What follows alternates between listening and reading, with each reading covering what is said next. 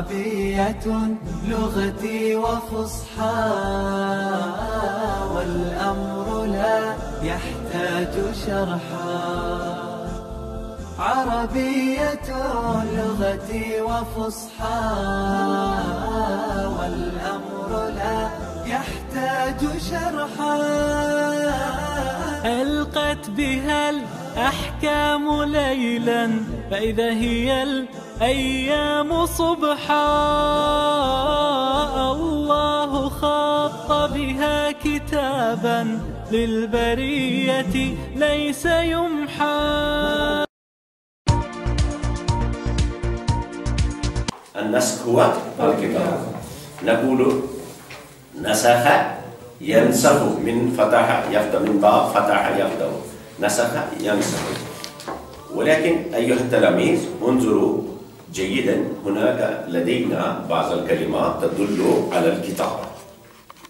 تدل على الكلمة الأولى هي كتب يكتب كتابا، كتب يكتب كتبا وكتابة، ولها مصادر أخرى أيضا غير معروفة لا نستخدمها، إنما نستخدم فقط كتبا أو نقول كتابة.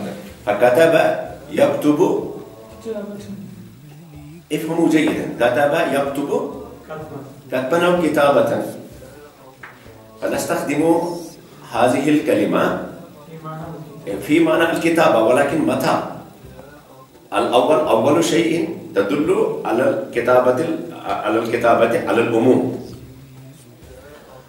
عادة على الكتابة سواء كانت أي نوع من الكتابة. ولكن في أصل الوضع هذه الكلمة كتب يكتب تدل إذا كان مطلوب منك كتابة البحث أو كتابة المقال.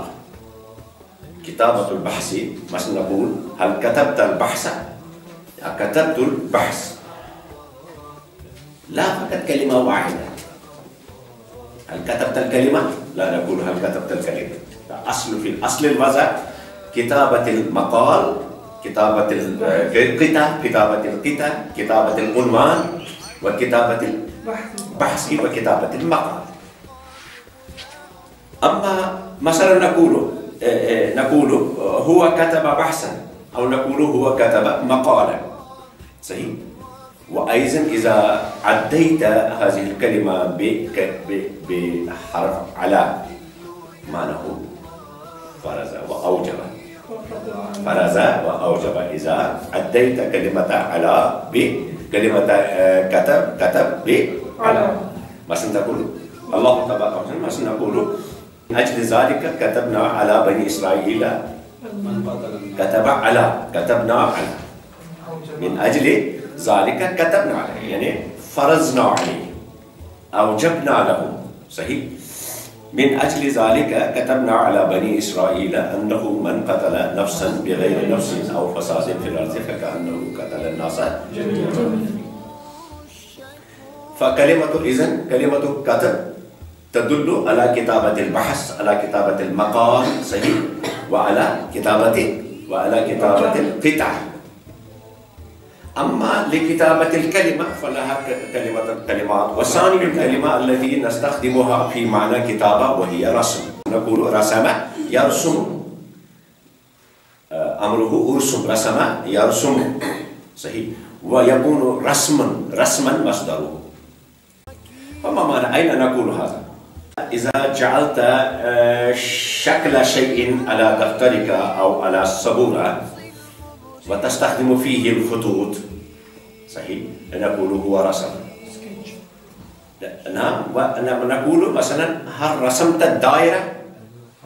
أنا رسمت الدائرة، هذا شكل الدائرة، أنا رسمت الدائرة. أنا رسمت، أو تقول أنا رسمت المربع. مربع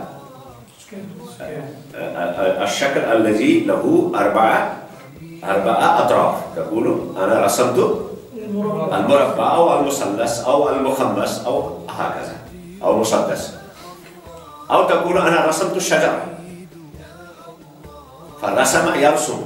أو إذا رسمت الكلمة جعلت شكل الكلمة، أنا رسمت هذه الكلمة. ولكن عادة نستخدم كلمة رسم في معنى أنا رسمت الدائرة، أنا رسمت الغرفة، أنا رسمت الجوال، أنا رسمت مثلا أنا رسمت الكرسي ورسم الكرسي. إذا جعلت شكله بقلمك نقول هو رسم. صحيح. وأيضا كلمة ثالثة هناك في معنى كتابة، وهي كلمة ثالثة وهي خط. تقول خط يخط، مصدره خطا. خط يخط تقول كتبا، خط يخط خطا، أيضا تدل على الكتابة. ولكن متى نقول هذا؟ عادة عندما تخط بغير قلم. إذا كتبت الشيء بغير قلم، مثلا استخدمت المسطر واستخدمت فيه السكتش بن واستخدمت فيه أصابعك، مثلا نقول هو خط على الأرض بإصبعه. إذا جعلت بغير قلم خط، بغير قلم إذا كتبت تقول كتبت. صحيح. أنا خطبت بإصبعي، لا تستخدم فيه القلم. وأيضا نقول يعني هو خط البلد، فالبلد لا يخطط، فالبلد لا يكتب، إنما ماذا تفعل فيه؟ تجعل لها بلان، فتستخدم أنا إذن كلمة خط. مثلا هو خط البلاد، كما درستموها كلمة الخط في درس سابق. خط البلد يعني وزع حدود البلد،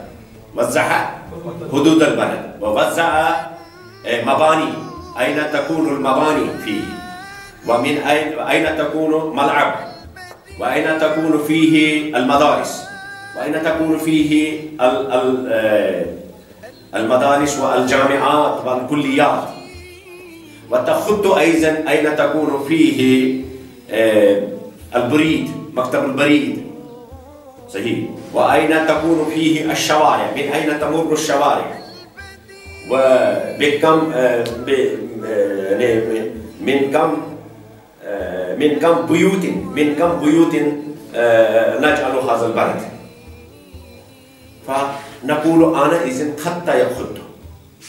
عادة إذا كتبت بغير قلم نقول هو خط. ثلاثة كلمة. ونستخدم أيضا كلمة رابعة فيه، وهو كلمة السطر. نقول سطر يستر، من باب نصر ينصر، نقول سطر، هو سطر يستر، سطر مصدره سطر، سطر يستر سطر.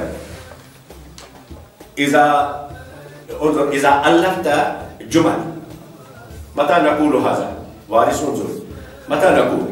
عندما ألفنا الكلمات وجعلناها جمل، وألفنا الجمل فجعلنا السطر، فهو سطر يعني ألف الكلمات فجعل السطر.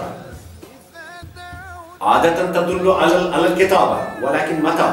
إذا ألفت بعض الجمل وجعلت منها قطعة تقول هو سطر. صحيح. مفهوم؟ أو كتبت نتيجة شيء، رأيت الأشياء العديدة وتفكر فيها وتأتي بنتيجتها فتكتب نتيجتها، فنقول أنا إذن هو سطر. كما قال الله تبارك وتعالى في كتابه الكريم: نون والقلم وما يسطرون. تقول الأقلام النتيجة، نتيجة أعمالك، نتيجة أشغالك، نتيجة عقائدك. فنقول أول ما خلق الله القلم ثم كتب مقادير الناس، يعني سطر مقادير الناس. صحيح. وبقي هناك كلمة نسخ فقط. أما كلمة النسخ الذي هناك موجود، وأخرى للنسخ. نسخ ينسخ، من فتح يفتح ينسخ. إذا كان أمامك شيئا وأنت تنقل من الشيء إلى الشيء، مثلا أمامك كتاب، أمامك عبارة، أنت تنظر إلى العبارة وتنقلها إلى دفترك حرفا بحرف وسطرا بسطر وقطعة بقطعة. أنت تنقل إلى دفترك نقول انسخ، يعني انظر إلى ما هو مكتوب هناك فاكتبها كما هو مكتوب. إذا كان أمامك سطرا موجودا، كما نقول للمعلمين عندما معلم كتب سطرا على دفترك ثم يطلب منك أن تكتب ذلك، فلا يقول اكتب كما كتبت، بل يقول لك انسخ كما كتبت لك، انسخ كما كتبت لك. فكلمة نسخ معنى كانوا يأتون بهؤلاء الكتب يضعون أمامهم ينظرون إلى هذه الكتب صحيح الكتابة فيه، فكانوا ينقلون إلى دفاترهم.